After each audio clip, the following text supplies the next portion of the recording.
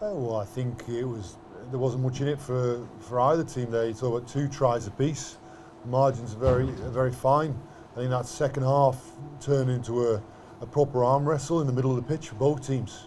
I don't think either team really got too many entries into the opposition 22. So it was a real battle for fine margins. And what we're going to do is review it thoroughly and look at how we can be better next week. Sorry? I thought the effort of the players was magnificent. There'll be areas to improve upon, and we'll look closely at them.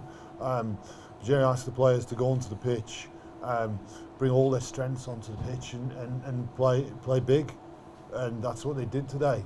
I'm always very grateful and privileged to work with these bunch of young men, led by the man next to me.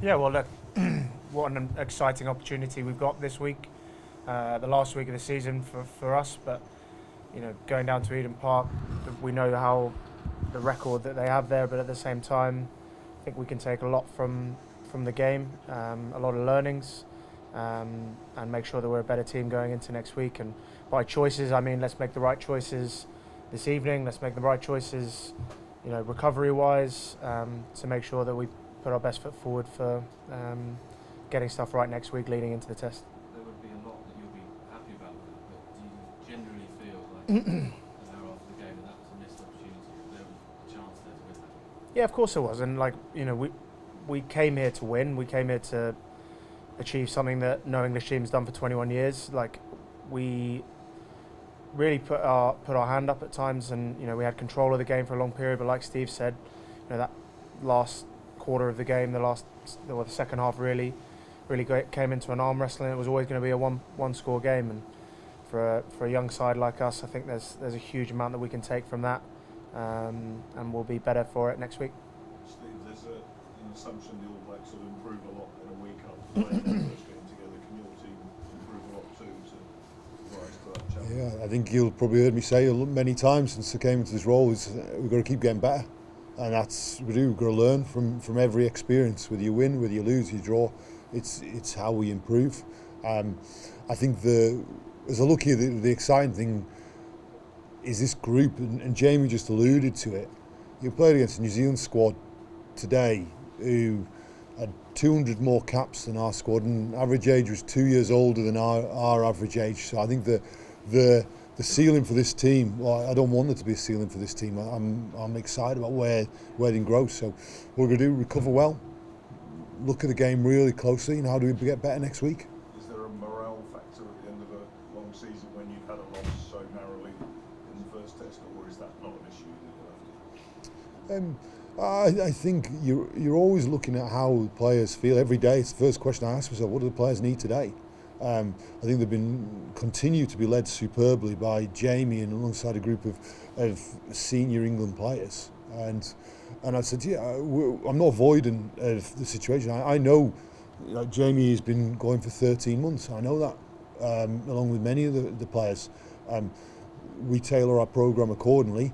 But I keep saying, I don't know how many times I had to try and hold them back in training last week. And Jamie had attested that, just constantly trying to hold them back because the intensity they train with, how competitive they are, is phenomenal. How's Marcus after the missed kicks? Is he frustrated? Yeah, I think you'd sense probably if you walked into the changing room from all the players, you'd sense one of a feeling of disappointment because we set out to win, a feeling of proud in the effort, because you've got to come off the pitch proud of what you've done there today, and I think there's probably a sense of pride and probably frustration. I think Marcus, along with all the players like that, Marcus also produced some bits of magic there today as well, didn't he? So we can talk about one mistakes. Everybody makes mistakes. Marcus also produced some magic on that pitch today, and yeah, so we'll all look at how we can be better next week.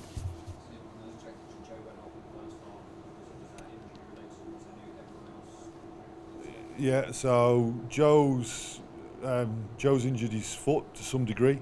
He'll need scans and X-rays and understand the full analysis to understand what is going on. But a man as tough as Joe leaving the field would tell you that it's not just a small injury. It's not just a bruise, and I don't think Joe Marler would leave a field for just a bruise. So we don't know the full extent of it, but clearly it doesn't look good for next week. I haven't had a full medical report, but currently I don't anticipate there being anything else that impacts next week.